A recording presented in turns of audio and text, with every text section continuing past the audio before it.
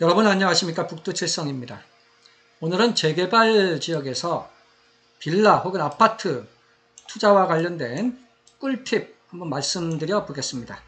층별 감정평가액의 차이에 대한 내용으로서 첫 번째는 빌라의 감정평가액에서 가장 중요한 요인은 어떤 것이고, 두 번째는 빌라의 지층과 지상층의 감정평가액 차이를 한번 알아보고, 세 번째는 아파트는 층별로 과연 감평액의 차이가 어떨지, 그리고 요약을 해보겠습니다.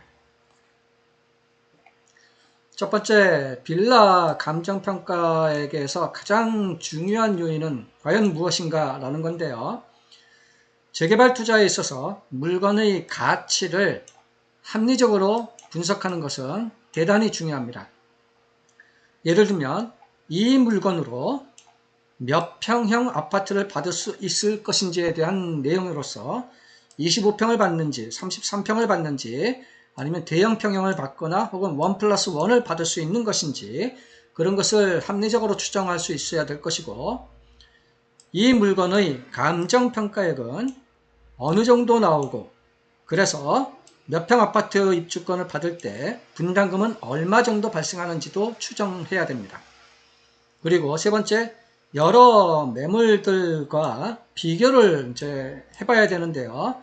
과연 특정 물건이 가치, 즉 감정평가액 대비 매매가격, 시세가 속칭 프리미엄이 얼마나 붙어져 있는 것인지, 프리미엄이 많이 붙어져 있는지 아니면 상대적으로 적게 붙어져 있는 것인지, 그런 것을 비교를 해서 투자 결정을 할 수 있어야 되겠습니다.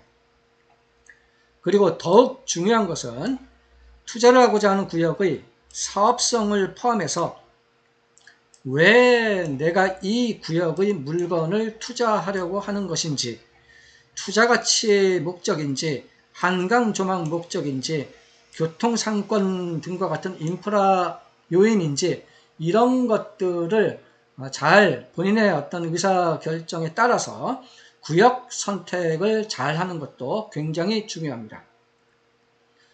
본격적인 내용으로 들어가서요. 빌라의 감정평가액에서 가장 중요한 요인은 무엇인지 내용인데요. 대지 지분이라는 것과 건물 면적, 또 공시지가와 관계, 혹은 공시가격과의 관계, 여러 가지 이제 비교들을 사람들이 하고 있는데요. 대지 지분과 관련돼서는 제가 이렇게 유튜브로 이렇게 올린 게 있고요. 개별 공시지가와 감정평가액에 대한 상관관계도 이렇게 유튜브 올린 것이 있고, 공동주택 공시가격과의 상관관계도 이렇게 유튜브로 올린 것이 있습니다. 건물 면적에 대해서는 제가 유튜브로 올리지 않았는데요. 재개발 지역에서 빌라 공동주택의 감정평가액은 건물 면적은 그렇게 큰 컨트리뷰션 관계가 없습니다. 그래서 이 건물 면적에 대한 동영상까지는 제가 굳이 올리지 않았고요. 뭐 올리려고 하면 올릴 수도 있습니다. 데이터가 상당히 축적되어 있기 때문입니다. 그 중에 가장 그 빌라의 감정평가액에 영향을 직접적으로 많이 미치는 것은 대지 지분입니다. 대지 지분의 크기, 이것입니다. 한번 궁금하신 분은 이 동영상들 한번 참조를 해보시고요. 그리고 오늘은 이제 이 빌라, 아파트 등의 이 층별로 감정평가액의 차이가 과연 얼마나 나는지를 실전 사례로서 한번 말씀드리겠습니다. 한남 3구역의 실제 사례고요.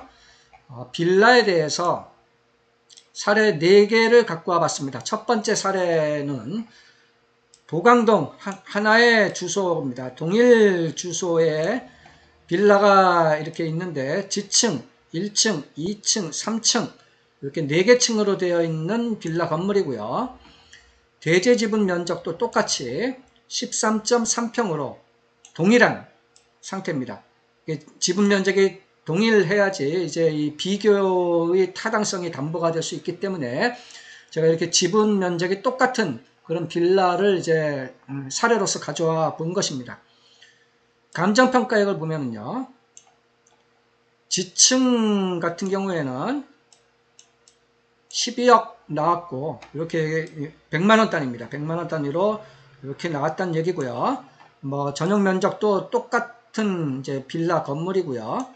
그래서 1층이 만약에 100%다 라고, 감정평가액 100%다 라고 할 경우 지층의 감정평가액은 1층에 비해서 95.2% 수준의 감정평가액을 보였고, 2층은 1층에 비해서 102.4% 약간 높은 감정평가, 3층은 103.2%로 2층보다도 조금 더 감정평가를 많이 받았다 이겁니다. 그래서 대지집은 한 평당 9천만원, 9,400만원, 9,700만원, 9,780만원 이렇게 받았다라는 사례고요. 두 번째 사례입니다. 두 번째 사례도 집은 똑같습니다. 하나의 집원 내에 하나의 빌라 건물이 있는데 대지집은 전부 다 6.1평으로 동일하고요. 건물 면적도 12.2평으로 동일합니다. 근데 이제 감평액이 1층은 6억 3,500, 지층은 6억 200만원, 그리고 2층과 3층은 6억 4,800만원 이렇게 받았습니다. 그래서 1층이 감정평가 100%다 라고 하면 지층은 95% 수준의 감정평가를 받았고, 2층과 3층은 1층에 비해서 102% 정도 감정평가를 받았습니다. 세 번째 실전 사례는요, 보강동에 있는 하나의 집원이고 대지집은 7.9평이고 건물 면적도 12.3평으로 동일한데 1층의 감정평가가 100이면 지층은 92.8%, 그 다음에 2층은 102% 감정평가를 받았습니다. 네 번째 빌라 사례는요, 똑같습니다. 집원은 하나의 집원이고 지층이 1층에 비해서 91.1%의 감정평가를 받았고 2층은 1층에 비해서 102% 감정평가를 받았습니다. 상대적으로 앞에 3개 사례에 비해서 지층의 감정평가가 약간 더 이제 아래 모습을 보이는데요. 이것은 건물의 전용 면적이 1층이나 2층의 면적보다 약간 더, 지층이면서도 전용 면적도 약간 더 작아서 이렇게 지층의 감정평가의 어떤 그 비율 관계가 앞에 3개 사례보다는 좀 더 낮은 모습을 보이는 것 같습니다. 한남뉴타운에서 뭐 어느 재개발 지역에서도 어떤 비슷한 어떤 트렌드가 좀 유지는 될 것이라고 보는데요. 한남뉴타운에서 이 지층의 빌라 가격은 지상층의 빌라 가격보다 히스토리컬하게 대략 10% 정도 낮은 가격에서 지층의 빌라 매매 가격이 형성되어 왔었습니다. 매매 가격은 10% 정도 낮은데 감정평가액은 9% 혹은 앞에서 보시면 한 7%, 5% 이 정도 수준으로 지층의 감정평가액이 낮은 모습을 보여왔습니다. 그 다음에 아파트는 과연 어떤 모습을 이제 보이는지도 한번 가져와 봤는데요. 한남 3구역에 아파트가 이제 몇 개 있지만은 그 중에 하나의 동일 집원, 하나의 아파트 단지인데요. 1층에서부터 5층으로 5개층으로 구성된 아파트입니다. 대지지분 면적도 똑같이 10평이고요. 건물의 면적도 거의 비슷하지만 약간의 차별성 정도는 보여주고 있는 아파트입니다. 여기는 지층이 없어요, 아파트에서. 그래서 1층의 감정평가액이 100이면 2층은 102.6%, 3층은 103.3%, 그리고 4층과 5층은 1층에 비해서 아주 약간 낮은 수준의 감정평가액을 보였습니다.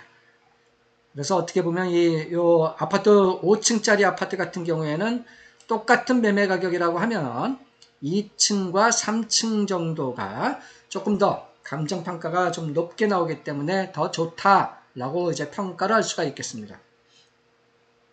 요약을 해보면 재개발 지역에서 빌라, 다세대 주택의 이제 감정평가액 측면에서 공동주택 공시가격, 또 대지지분의 크기, 또 개별 공시지가의 수준, 이런 것과 감정평가액과의 상관관계는 예전에 올린 동영상 한번 참조하시면 충분히 도움이 되실 거고요. 빌라에서 이제 1층을 감정평가 100%라고 하면 지층은 평균적으로 93.5% 정도고요. 2층은 102.1%, 3층은 102.6% 정도 모습을 보였습니다. 아파트는 1층이 100%라고 하면 2층과 3층이 이렇고요. 4층과 5층은 약간 낮은 모습입니다. 그래서 재개발 이 지역에서 빌라, 연립주택, 아파트와 같은 공동주택에 투자를 할 경우 가치, 즉 감정평가액 대비, 추정감평액 대비 이 매매가격 시세가 싼 것인지 혹은 비싼 것인지에 대한 합리적인 판단이 중요합니다. 비교를, 매물들 간의 비교를 이렇게 해볼 수가 있으면 좋은데 이게 투자자 입장에서 이게 비교하는 것이 쉽지는 않을 것 같습니다. 그리고 또 중요한 것은 몇 평 아파트를 받을 수 있는지 이것도 중요한데요. 이것은 이제 평형별로 분양 세대수가 어떻게 되어 있고 해당 물건, 빌라의 추정 감정평가액 순위가 해당 구역에서 몇 등 정도 되는지 이런 것에 따라서 받을 수 있는 아파트의 평형이 달라진다. 이 정도입니다. 네, 오늘은 이 정도 재개발 지역에서 빌라나 아파트와 같은 공동주택에 투자할 때 층별로 감정평가액의 차이가 어느 정도 발생하는지를 살펴봤습니다. 이상 부동산 재테크 고급 정보를 얘기해주는 북두칠성이었습니다. 감사합니다.